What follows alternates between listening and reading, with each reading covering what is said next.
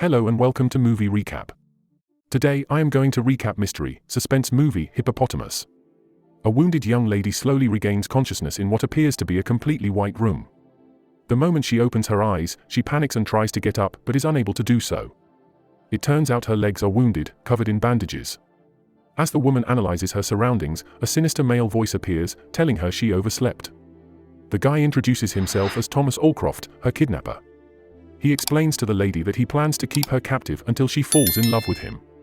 He proceeds to inform the woman of her name, Ruby Watts, along with other private details from her life, like where she's from and where she went to university. He even tells her about her parents' professions and how he knows she's afraid of the dark. Ruby really doesn't have any memory of how she ended up in Thomas's care, nor does she remember her life prior to her kidnapping. Crying, she asks Thomas what he has done to her, alluding to the wounds on her knees. Thomas tells her he severed her ligaments and instructs her to avoid moving if she ever wants to walk again. He also informs her that he did not touch her personal belongings, which are in a black handbag placed on a chair next to the door. On the floor next to Ruby, we see what appears to be a meal and a small cup containing 2 pills. Thomas explains that he gave her 2 pills, 1 contraceptive tablet and 1 painkiller. He then proceeds to explain to Ruby how their life together will look like. She will be provided with food every day. He'll help her with washing and going to the bathroom. Her days will begin at 7 a.m. and end at 11 p.m., and escaping will be almost impossible since they are miles away from the closest household. Once Thomas finishes, Ruby asks if he had assaulted her, to which he replies he didn't. Thomas then leaves, leaving Ruby alone in the room. As the scene comes to an end, we see Ruby caught a glimpse of her bracelet. The next day, Ruby is still in the same spot as she was yesterday. The empty plate next to her reveals she ate the dish Thomas had prepared for her but didn't touch the pills. Thomas enters the room to check up on her and lets out a disappointed sigh once he notices Ruby denied taking the pills. He pleads for her to take the medication as her pain will only get worse, but Ruby ignores him.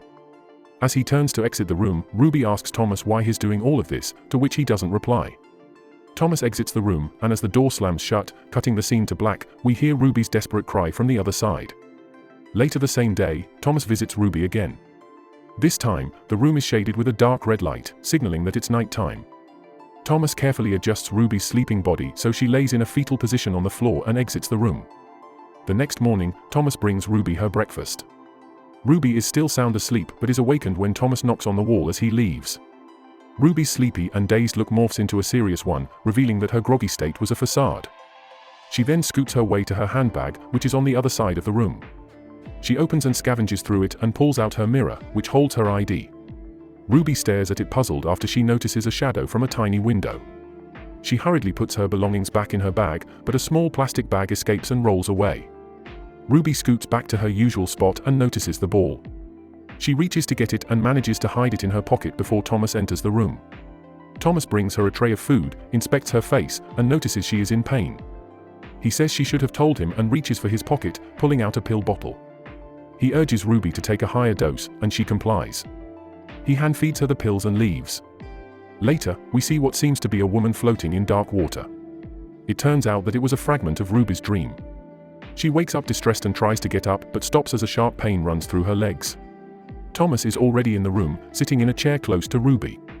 Ruby asks him who he is and what he has done to her. Thomas calmly says the same thing he said to her the first time she saw him in the room, that his name is Thomas Allcroft and that he plans to keep her captive until she falls in love with him. He repeats the same information he knows about her. Ruby asks what he has done to her legs. Thomas explains it was a necessary procedure to limit her chances of running away and that her legs will get better as time passes. He informs her that all she needs to do is stay compliant and take her medication. He assures her that he doesn't have any hidden malicious intentions by giving her contraceptive pills. Ruby's reminded of her everyday schedule and how slim her chances are of escaping. She stays silent until Thomas turns to leave the room. She once again asks him if he assaulted her. This angers Thomas, and he throws her bag as he exits the room. Once alone, Ruby inspects the ball she hid in her pocket. She takes a closer look at her bracelet as well. Later, we see the rest of Ruby's day, Thomas performing physical therapy on Ruby, him bathing her using washcloths, and Ruby repeatedly slamming the ball on the room's door. Once it's nighttime, the next day, Ruby notices the wound in the back of her head. She goes to her bag and pulls out a mirror but doesn't manage to see much of her injury. She ends up slamming the mirror into smaller pieces and takes a closer look at her wound. Before she could see anything, she notices Thomas spying on her from the other side of the door. She hides the glass shard underneath the bandage of her left knee and tries to go back to her usual sitting place. Before she does, Thomas enters the room and drugs her. Once it's nighttime, Thomas plays an audio that is aimed to discourage Ruby from moving and escaping. He proceeds to clean and rearrange the room and ends up falling asleep on the chair. His phone alarm wakes him up. He turns the discouraging audio off and sits Ruby in an upright position and leaves. We then see a series of days Thomas and Ruby spend together, which consisted of Thomas bringing Ruby food and helping her with her hygiene, and Ruby spending most of her nights playing catch with her ball. One morning, Ruby is seen fondling with the sink's pipes. The mess she made doesn't appear to bother Thomas when he enters to bring her breakfast. While he investigates what she did, Ruby asks if she could ask him a question. She asks him what would happen if she doesn't fall in love with him and will she stay captive forever if she doesn't. She goes on to joke about what Thomas did to her legs. Thomas asks her what can he give to her, which confuses Ruby. Thomas says she's obviously feeling better due to the fact she's even joking about her situation.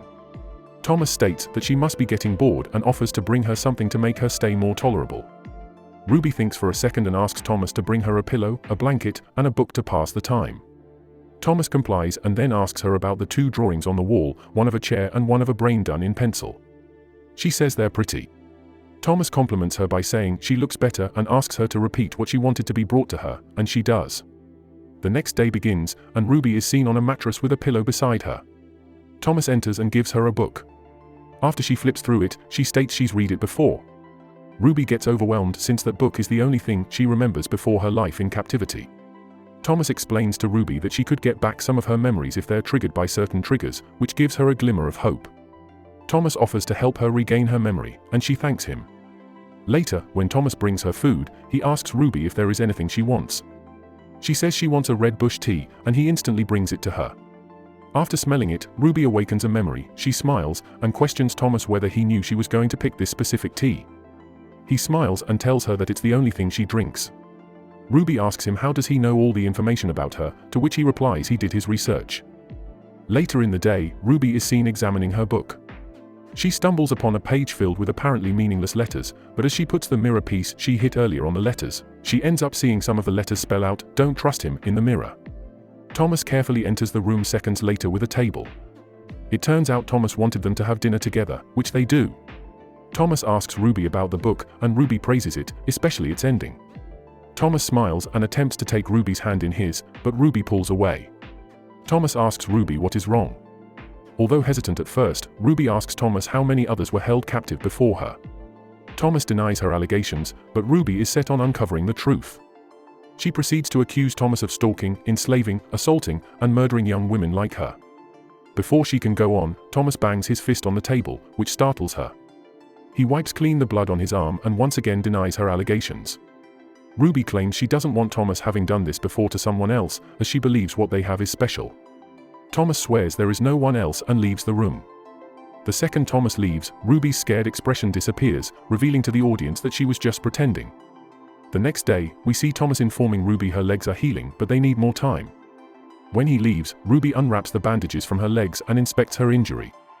It seems as if no cuts were made on her legs. She manages to get up and goes to the door. When she touches the doorknob, she unlocks another memory, which is of a man and Ruby in front of her front door. Ruby gives up on attempting to open the door and goes back to her bed. As she is reading the obscure message in her book, she accidentally smears the ink the message was written with. After she smells the ink that stained her hand, a new memory is unlocked, this time of herself hiding something behind a brick in the room. Ruby removes the brick, and a dozen matches fall out, revealing that the obscure messages were written using the matches. Later, Thomas and Ruby are having dinner. Ruby asks for a candle to set up a romantic mood. Once Thomas brings it to her and lights it up using a match, he proceeds to tell her that they should start over, and Ruby agrees. Ruby then tells Thomas about the recurring dream she's been having of her sinking deep underwater. As she tells the details of her dream, her hand inches closer to the match. She tells Thomas her dreams end when a hand reaches out to save her. By the end of her story, her hand is on the match, but Thomas has his hand holding hers.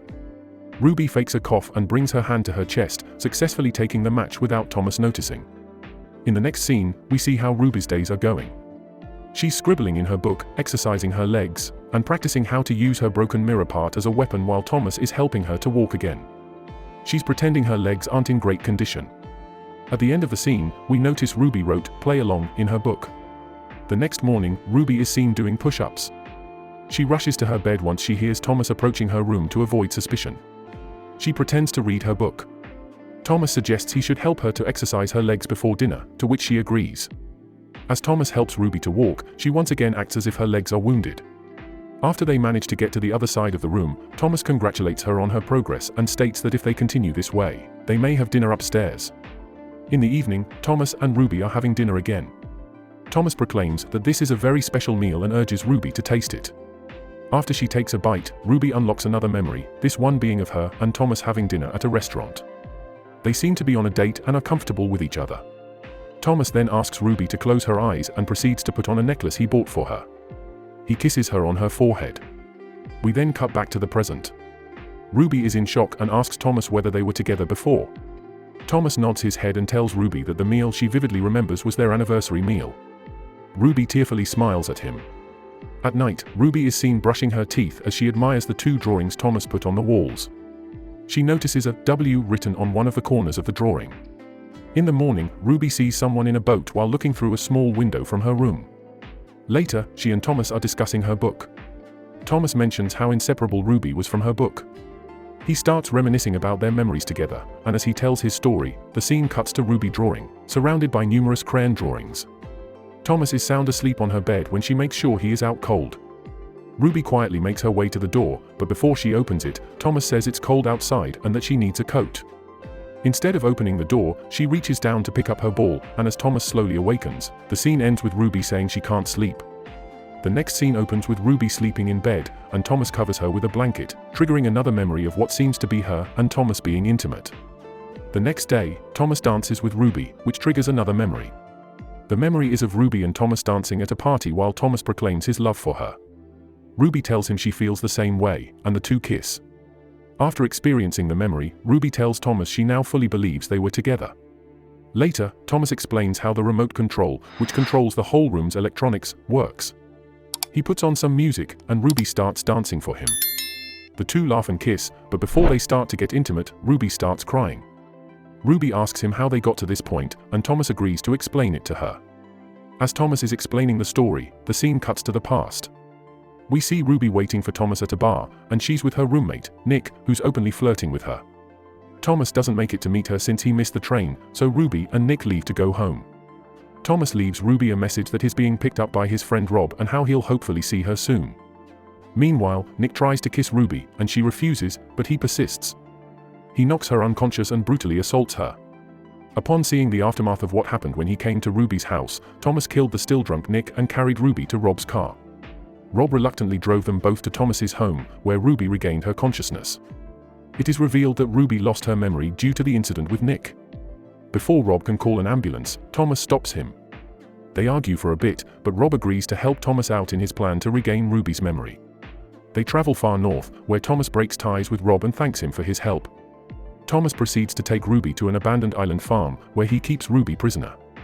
As time passes, Thomas starts learning about retrograde amnesia, a form of amnesia in which the sufferer forgets everything prior to an attack.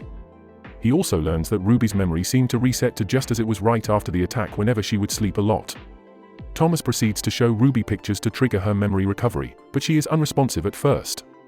In an attempt to speed up her memory recovery, Thomas learns how to trigger certain memories and control her sleep patterns so she could learn for more than a day. When he gives her her favorite book, Ruby is responsive and shows progress. Thomas continues his efforts, but decides he needs a blank slate in order to truly regain Ruby's trust and memory. So he constructs the White Room and makes up the whole scenario about cutting the ligaments of Ruby's legs and being her kidnapper. When Thomas finishes his story, Ruby is left in tears, and it seems she gets her memory back. The two end up intimate and fall asleep next to each other. Ruby awakens first and turns off Thomas's watch before it may ring his alarm. She takes the broken mirror piece and stabs him. She starts crawling to escape, but Thomas tries to stop her. She kicks him with her feet and manages to escape to the outside. She gazes tearfully at the sky above, then runs to the boat, but passes out before she can make her escape. She awakens in a hospital room with a doctor assuring her she'll be fine and that she may experience some short-term memory loss because of her injury. The doctor is revealed to be Thomas, who yet again orchestrated a different scenario in hopes of gaining Ruby's trust and regaining her memory. Subscribe for more videos like this, turn on the notification, and leave a like to help the channel out. Thanks for watching.